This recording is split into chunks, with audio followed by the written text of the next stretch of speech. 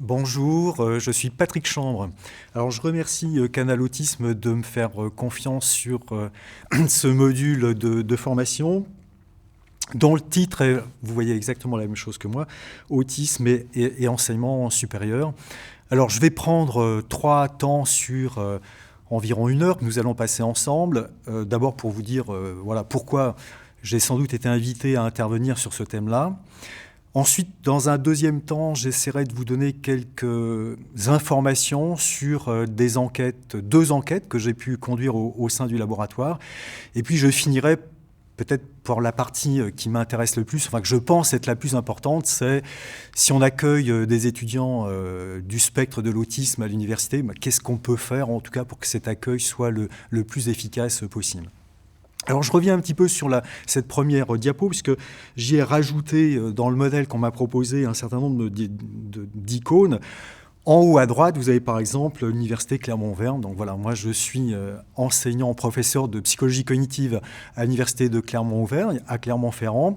Et en dessous, vous voyez, il y a aussi le logo du CNRS, puisque je travaille dans un laboratoire sur une petite équipe qui travaille sur l'autisme, dont une partie, en tout cas, est en phase avec ce que je vais raconter aujourd'hui, puisque l'objectif, c'est de développer un dispositif qui permet automatiquement, en portant une montre, tout simplement, c'est de repérer la montée en stress d'une personne pour qu'elle puisse, en tout cas, prendre une décision de changement pour éviter d'avoir ce qu'on appelle souvent une crise comportementale.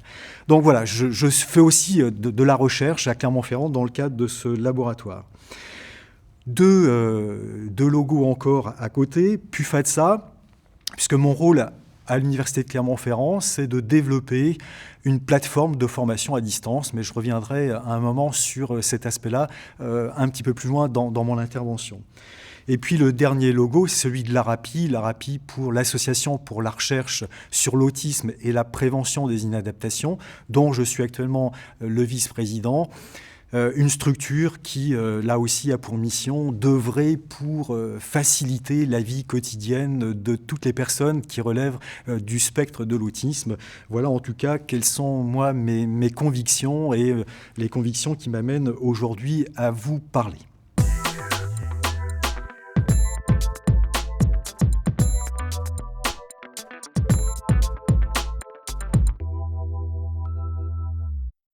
Pour parler de l'inclusion, enfin, vous allez voir, je vais revenir sur ce terme-là.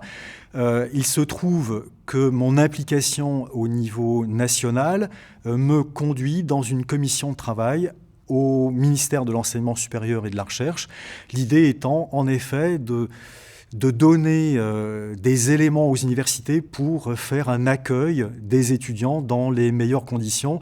Vous allez voir, cette deuxième partie d'enquête que j'ai faite montre en effet que les personnes qui ont cette mission rencontrent des problèmes.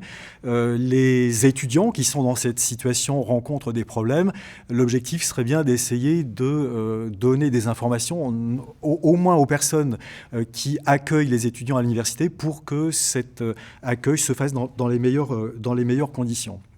Donc il y a une commission actuellement au niveau national qui travaille sur cet aspect-là, et l'objectif à terme, c'est de fabriquer, c'est ce que nous sommes en train de faire actuellement, de fabriquer un document qui donnera un certain nombre d'informations destinées aux personnes qui accueillent dans les universités et organiser la vie quotidienne, car c'est la vie globalement qui peut poser des problèmes aux étudiants quand ils arrivent à l'université.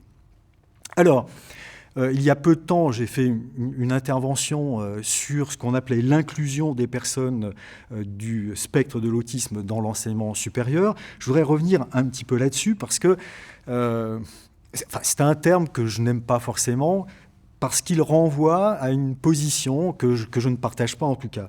C'est-à-dire que j'ai mis, vous voyez dans le diaporama, j'ai mis, est-ce qu'on parle d'inclusion des autres étudiants à l'université ? Ben non, j'ai mis aussi la réponse. La réponse, je veux dire, est clairement non. C'est-à-dire que les étudiants arrivent et puis on essaie de faire au mieux pour que les études puissent se dérouler. Donc j'ai mis ici, mieux vaudrait parler d'accueil. C'est-à-dire que les étudiants du spectre de l'autisme sont des étudiants comme les autres. D'ailleurs, à ce propos, je voudrais revenir sur un texte qui me semble assez fondamental pour le domaine de l'autisme en tout cas, c'est la loi de février 2005. Je reprends son intitulé, loi de 2005 pour l'égalité des droits et des chances, la participation et la citoyenneté des personnes handicapées. Si on va un petit peu plus loin, on voit en effet que à l'intérieur de cette loi, il y a le titre 6, citoyenneté et participation à la vie sociale. Alors je reviens sur inclusion et tous les termes qu'on a pu utiliser avant. L'inclusion laisse entendre en tout cas que l'étudiant avec autisme n'est pas dans le cadre, dans l'univers universitaire, et qu'on va falloir faire des choses pour pouvoir l'y inclure. La notion de participation sociale me semble bien meilleure. Pourquoi ? Dans participation, ça veut dire que tout le monde est dans le même groupe déjà. C'est-à-dire même la personne handicapée, elle est au milieu de tous les autres. Ce qui peut poser problème, c'est son niveau de participation sociale. Et c'est très exactement le problème qui se pose pour les personnes qui relèvent du spectre de l'autisme. Elles sont au milieu des autres, mais leur particularité va introduire des difficultés, notamment dans la sphère sociale. Donc voilà pourquoi je préfère qu'on parle de participation et d'amélioration éventuellement du niveau de participation plutôt que de parler d'inclusion, ce qui sous-tend, je le rappelle, le fait qu'on n'est pas dans le groupe et qu'on doit faire quelque chose pour devenir dans le groupe, pénétrer le groupe en question. On est vraiment déjà dans le groupe. Maintenant, il faut faire en sorte qu'on puisse en tirer profit comme les autres. Alors, j'ai mis ici, voilà, une de nos missions de manière globale. Je parle ici de toutes les personnes, les professionnels notamment, qui ont pour mission d'aider à l'amélioration du quotidien pour les personnes autistes.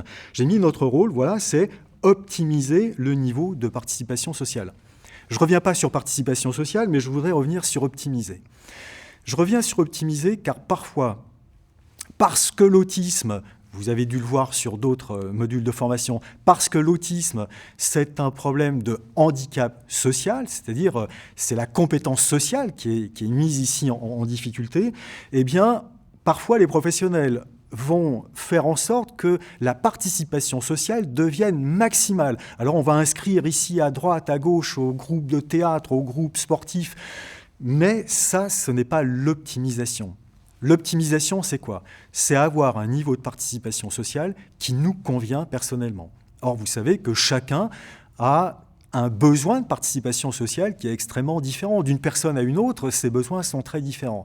Donc, optimiser, ça veut bien dire donner le niveau de participation sociale auquel la personne aspire. Pas plus, pas moins. Généralement, le niveau de participation sociale est en deçà de ce que l'on espérait. Notre rôle à nous, c'est de modifier les choses, on va revenir là-dessus, c'est de modifier notamment l'environnement pour que le niveau de participation sociale corresponde bien à ce que souhaite la personne en question. Donc voilà, en gros, aussi l'objectif dans mon intervention aujourd'hui, c'est de donner quelques informations permettant d'optimiser ce niveau de participation sociale. Alors comment faire ?